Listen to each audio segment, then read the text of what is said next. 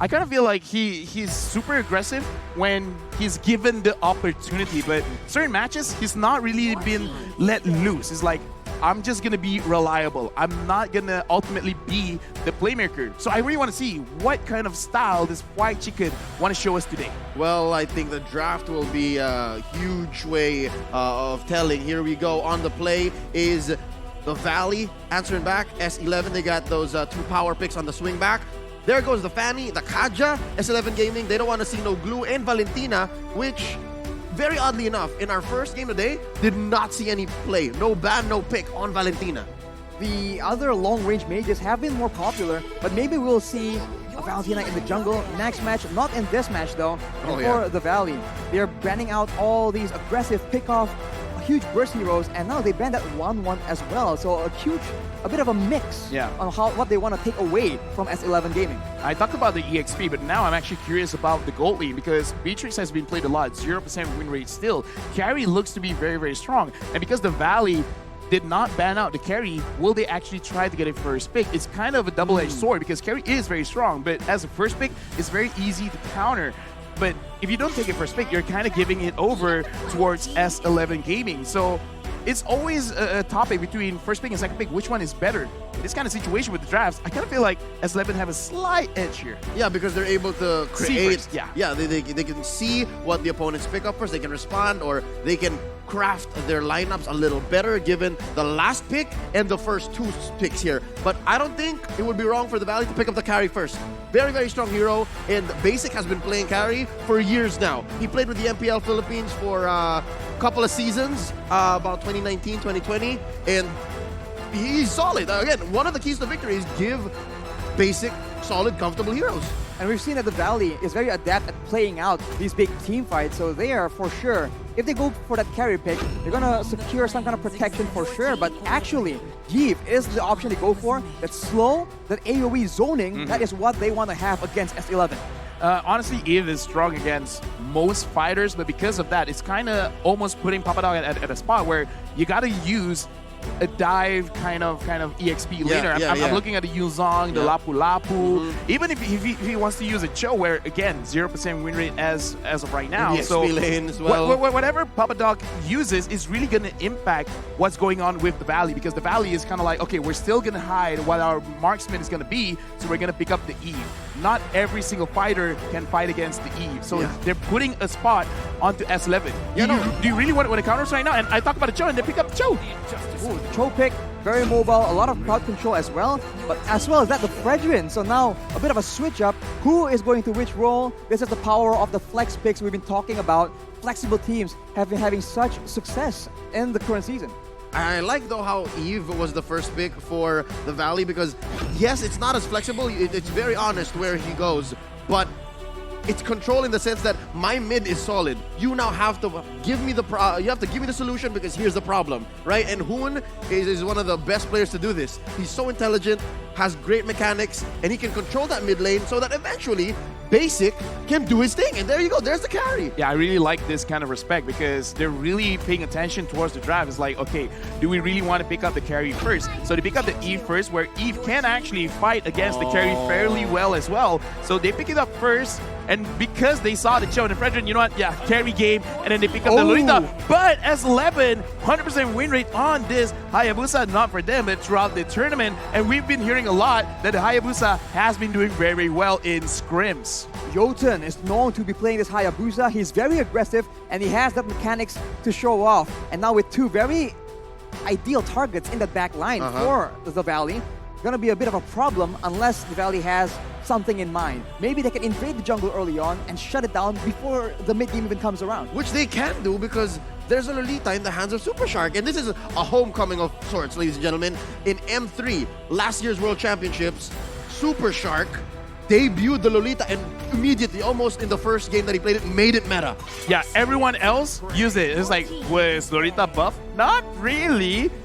But when Super Shark used it, it's like a super Lolita. It was like, it's actually super strong. Yeah, and S11 watched a lot of M3 as well. They took out the Roger. Wow. This was one of Zane's paramours from M3 as well. They're taking away all the unexpected picks here.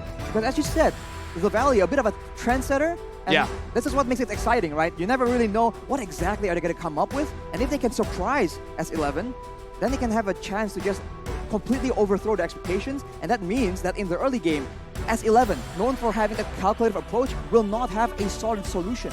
Yep, so far, S11 still needing a gold laner and a mid laner. As for the Valley, they still haven't given anything to Zane or to Chicken.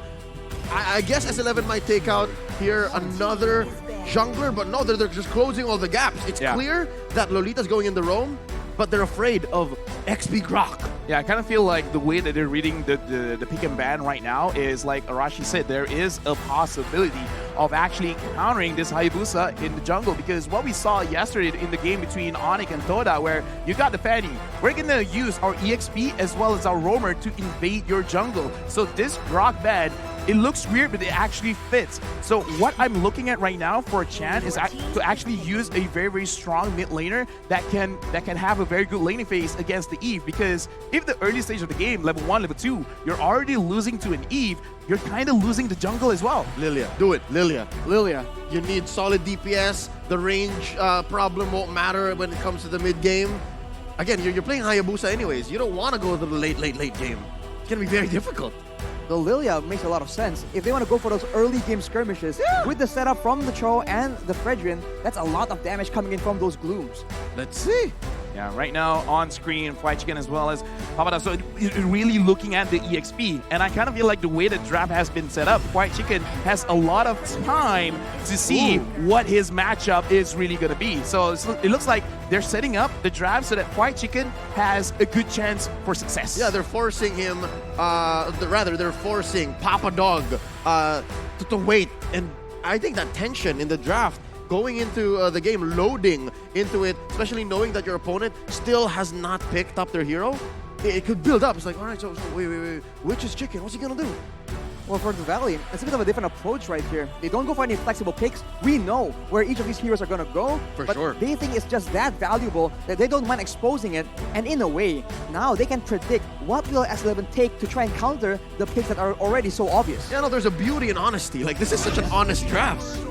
Yeah, speaking of honest, that we haven't seen the Thanos, but we definitely seen the Akai. Very, very strong even when you're losing. And I kind of feel like this is very good going up against the Hayabusa. Looks like they're going to end it off with the Xavier. Second Xavier for the day. We've seen the damage. It's definitely going to be there. The problem is, can you actually find the space to deal the damage? Man, I hate to say it, but S11's draft is so similar to Occupy Thrones' draft, Yeah. Oh, yeah. and then RSG's draft from earlier, Yeah. almost mirroring the Valley here. Wow. So, deja vu. I mean, most effective tactic available, I guess. I mean, It is what if it is. it's the most effective tactic, then all right, let's just use it. But they seem they seem confident. S11, they're going into this and they have a plan. Exactly. What happened earlier today has nothing to do with how they're facing off against the Valley. And I think with the Hayabusa being a big difference here, they have a better chance of maybe having a lot of pressure in the early game. Oh, yeah. Because we saw that the issue was the lack of snowballing in the previous match. Yeah. Well, right now I'm looking at the chase, right? Because you got a Hayabusa. You have a timer onto you. And speaking of time, let's go into the second game of the day between the Valley and S11 Gaming. Quick note as to where these junglers are going to start, and it's not a mirror start here. It's actually orange to purple. So both of the junglers starting in the top side of the map, trying to make sure that they are in the right area later on. We'll have to see for both teams which lane are they going to try and put their emphasis on as Erwin. Really looking for a bit of a disturbance onto Mobazane. And they force retry too.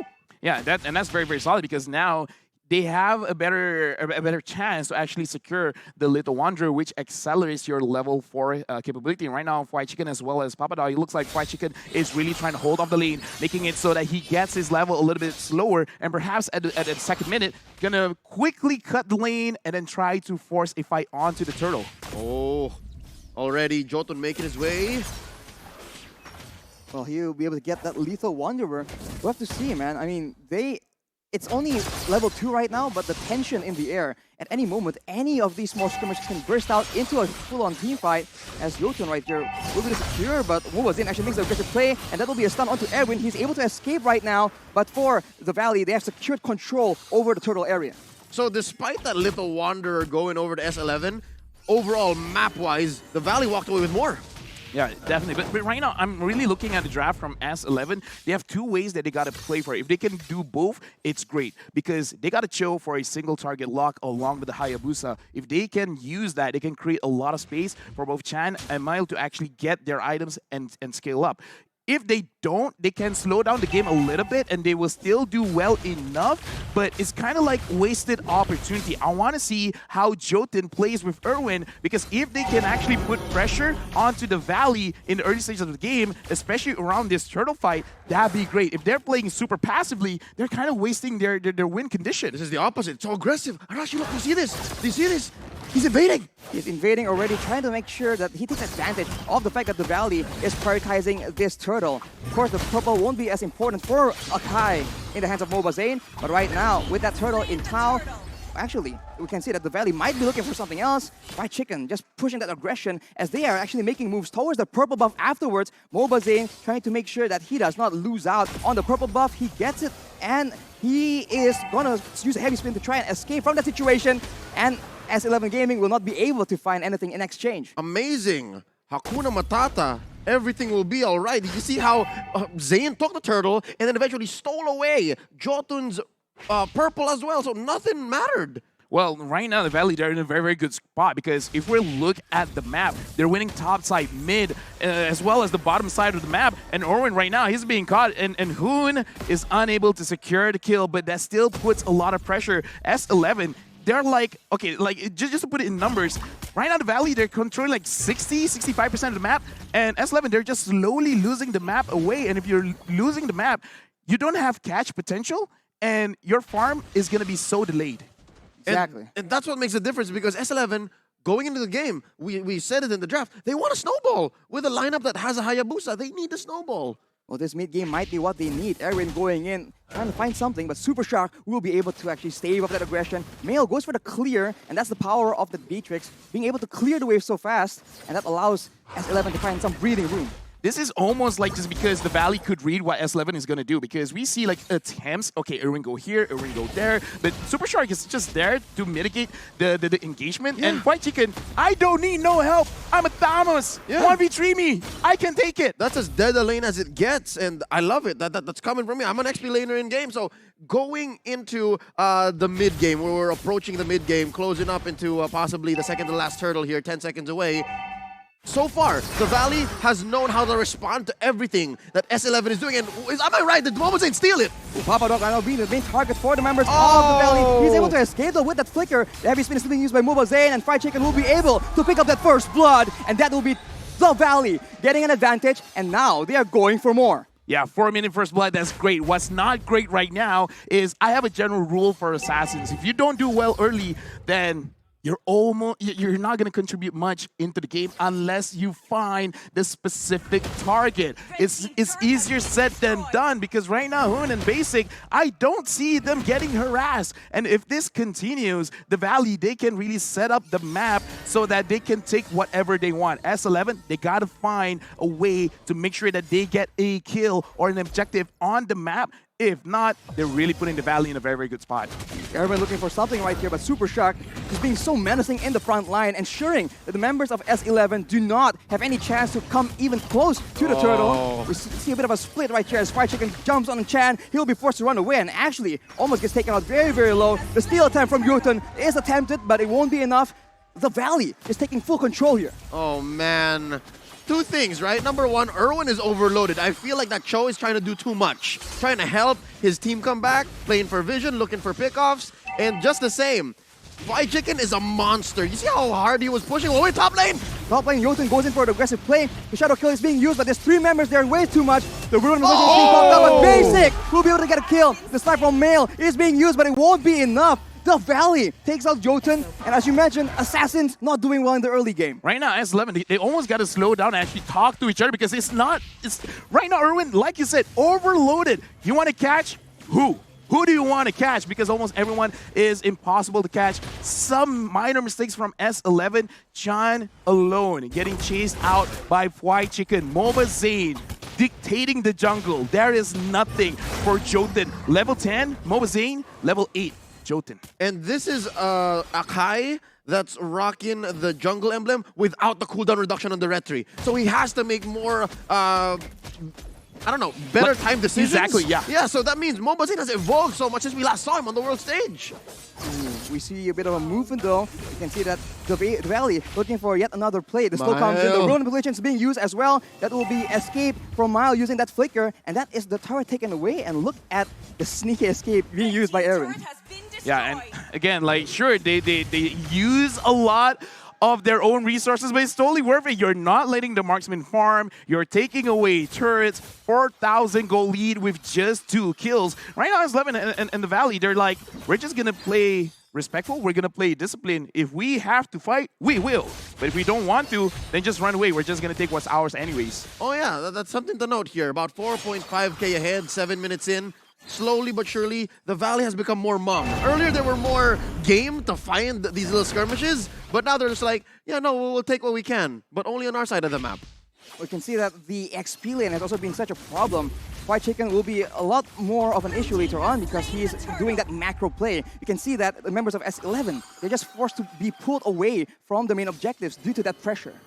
And there's not much S11 can do here. Again, my eyes are on Erwin. LaFell, you started this whole thing. It's like, Erwin do this, Erwin do that. And I think number one question is, do they even know where the Valley is for Erwin to do these things? I think the Valley, they just have the Sharingan. Oh, Papado tries to engage, and Hun missed flicker, but it really doesn't matter. No one caught him. Right now, the Sharingan eyes on the Valley. They know what's going to happen before it happens. Erwin tries to come in. Papado tries to come in. Is like, I see you coming in, and there's nothing that you can do. Hun 1v1 against Jotun. Oh! Not enough damage. You want to know? You want to know a secret? You want to know a secret? You know how Hoon survived that, and White Chicken's gonna get this, by the way. Ooh, White Chicken is still trying to escape from the situation. 1v3, it won't be enough though. Jotun will be able to pick up that kill, but at what cost? Right now it's a 1-for-1, but the Valley will be pushing. It's worth it, this conversion. By the way, Hoon, his first main item, LaFell, or actually listen up, Brute Force Breastplate. Wow. I don't need to deal the much any kind of damage. Basic, it's all you. That's 185 IQ right there. I'm just gonna survive, man. They're gonna try to find me. Well, good luck. You found me. Now what? Now what? Right? Talking about how you buy items at the right time, knowing your role and what your team wants to do. That's something that most Eves won't do right there. First item, Brute Force Breastplate. Yeah, just to add on just a little bit, Hayabusa needs to win early. He lost early. He was denied early. Now he doesn't have enough damage. Now you build tanky items against him. It's not looking good. There's just a lot of options available for countering this Hayabusa because he can go with the Wind of Nature, but heavy spin being used right here. Jotun will be the main target. White Chicken jumps on that opportunity as Papadog will be the main target. The flicker with the Numen Blast does not land, unfortunately, but the Valley has taken control once again. S11 Gaming has no solution. Man, the Valley made Papa Dog more like Baby Dog. He's Not doing much. Look, he's sitting at 0-3-1. Usually the Fredrin wants to go 2v1, 3v1 in lane. The way that the economy has gone, he can't build items. And the thing is, White Chicken is like, I don't know what rotating means. I'm just gonna stay here. Yeah. And if someone wants to stop me, yes, they can. Yeah. But while you're trying to stop me, everyone else, they're moving the gears towards mid, moving the gears towards top side in the jungle. Oh, and right now, the Valley's taking all. That's a concealed play by the Valley, looking for Aaron right here. Luminum Blast being popped so early, it is cancelled, but look at the damage coming from the basic, as well as Hoon. There's way too much for S11 to take. That will be Aaron taken out yet again. Peter Bryce, you monster. You see how much damage he was dealing? All they needed was to slow down Erwin, not even stop him in his tracks. It's just, okay, stay there for a bit. All right, good, we move on. Moving on indeed right now. This kill score is 6-1. And S11 Gaming, it looks like they're not entirely sure what should they do. And right now, Hayabusa is just trying to clear the waves. Super Shark as well as White Chicken really don't care. This is the first Lord. Can the Valley actually end it right now? They don't really have a lot of range to work around with. Of course, they have the high ground coming in with the real world manipulation. And now with the waves being pushed, they're going to get at least one here, it seems like. But it seems like S11 is just playing it calculatively, and the Valley do not want to risk Erwin making that hero play, keeping him on his toes though. All right, this is the Valley making the call. We'll take it slow. We'll take tier 2 in mid. And so far, Yeah, Fried Chicken has left Casa de la Chicken. Like, he left that bottom part of the map, and he's now helping push 5v5.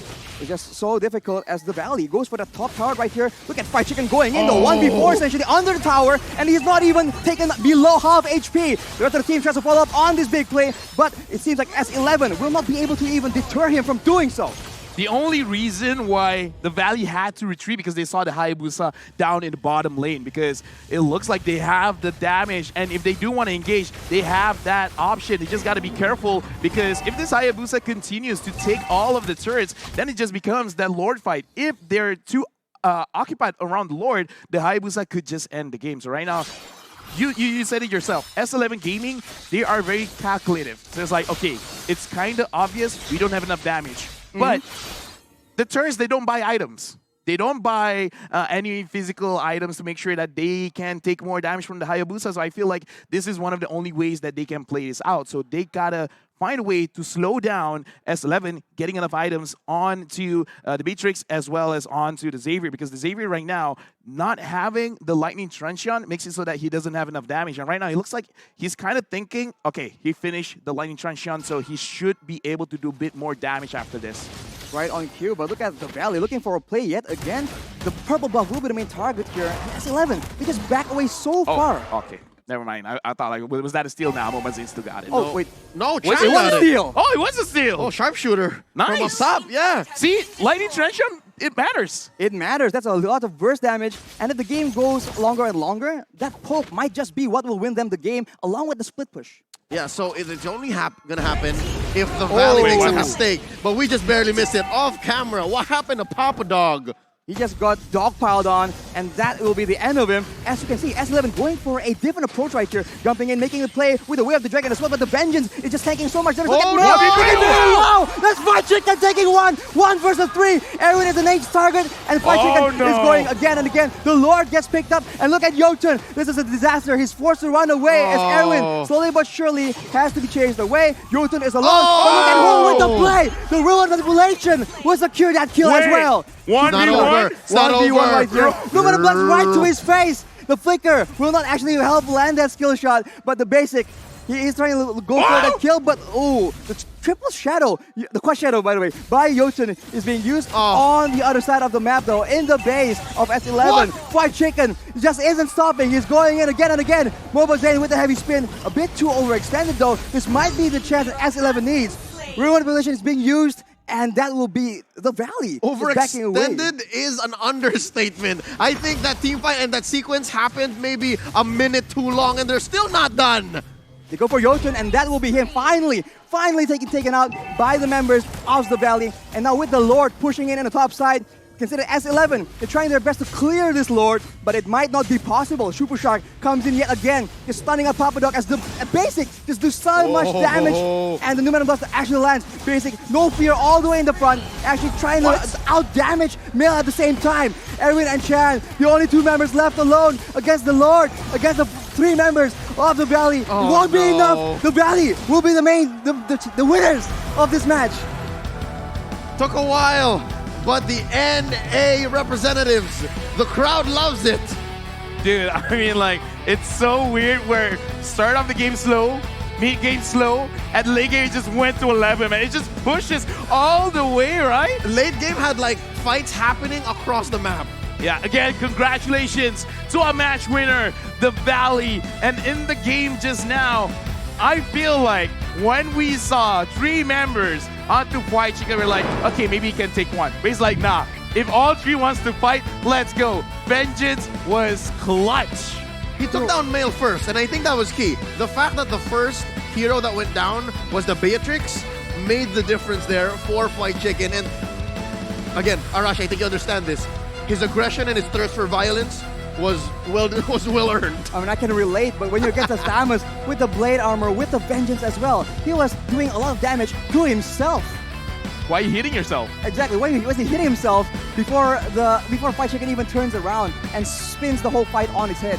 And I like how fast the macro play coming in from the Valley because, like, okay, White Chicken 1v3. We're not going to let you 1v3. Everyone else, okay, we secured the Lord. Let's rotate. Let's actually cover all bases, mid, top, bottom side. Make everything move. And the thing is, if Super Shark actually got that 1v1 kill on the Hayabusa, it'll blow my mind. And the thing is, Jotun was actually recalling in his face, so that makes it all the more spicy. But ladies and gentlemen, I just have to say, and let me be the first to say it here at the world stage, live from Jakarta, the hype is real. The Valley has come, and they're stronger than ever. North America is a threat. They are here, and it's no... I don't know, I'm surprised how much and how well they've evolved and how much they've grown.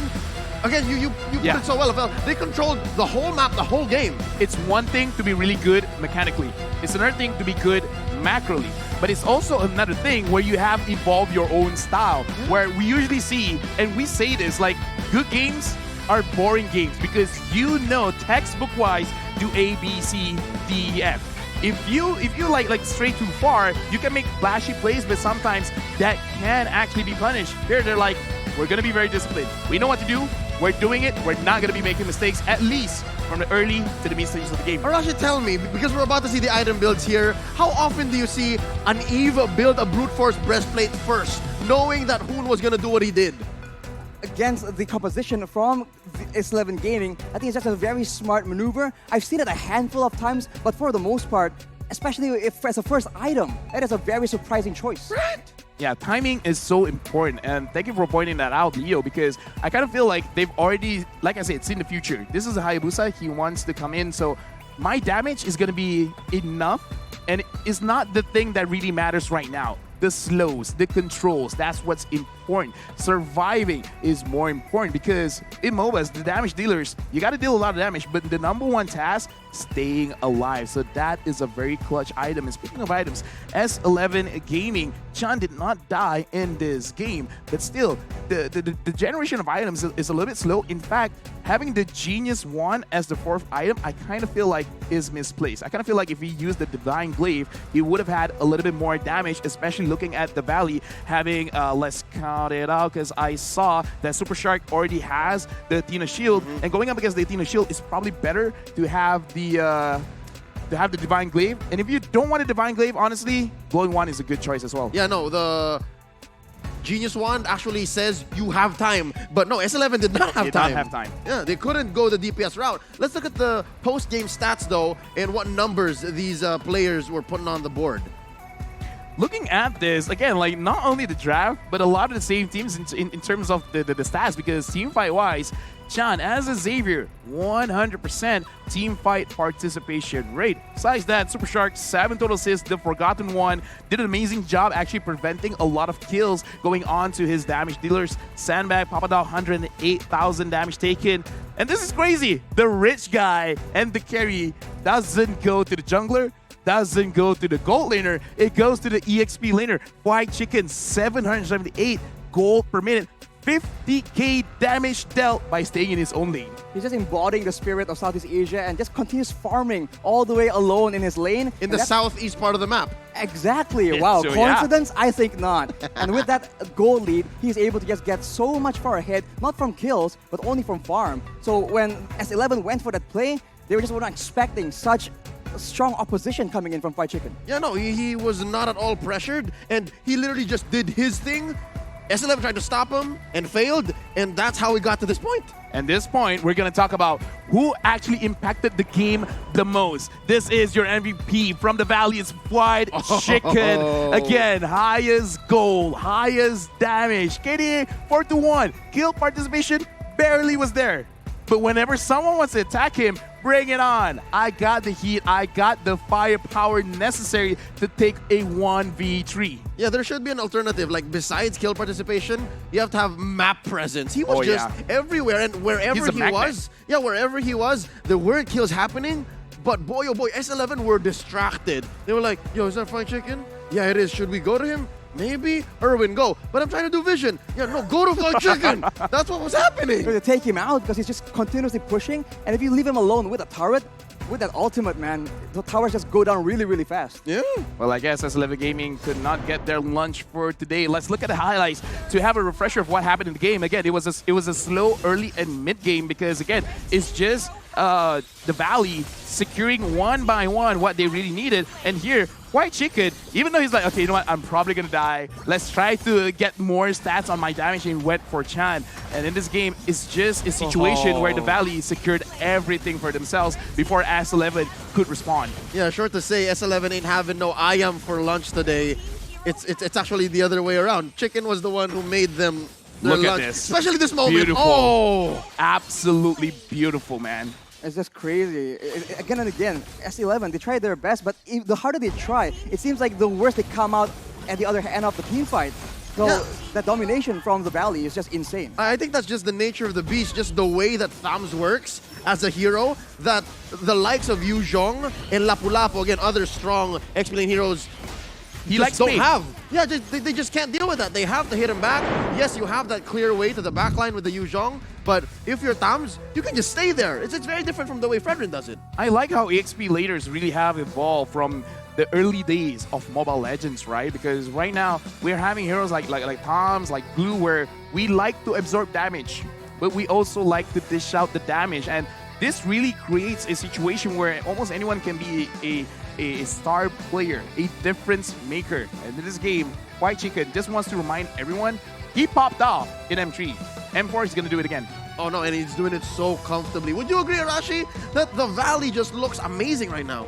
The domination in the lanes all across the map, it all began with that EXP lane, with him being able to be so oppressive, yet at the same time so safe. There's no real threat from the side of S11 to deter him from just pushing again and again, and from there on, the mid and the top side as well, everything just getting pushed off, and from there, the lack of vision just made it very difficult for S11 to try even find any kind of success. Folks, the Valley has one more match tonight, but here we go, upcoming. It's going to be another best of one. The next match is about you're not gonna want to miss, all right? Please stay with us because coming up next, it's RRQ Hoshi going up against Occupy Thrones. Is that enough time? Do you think Occupy Thrones has reset? It's in my... Okay, here's the thing.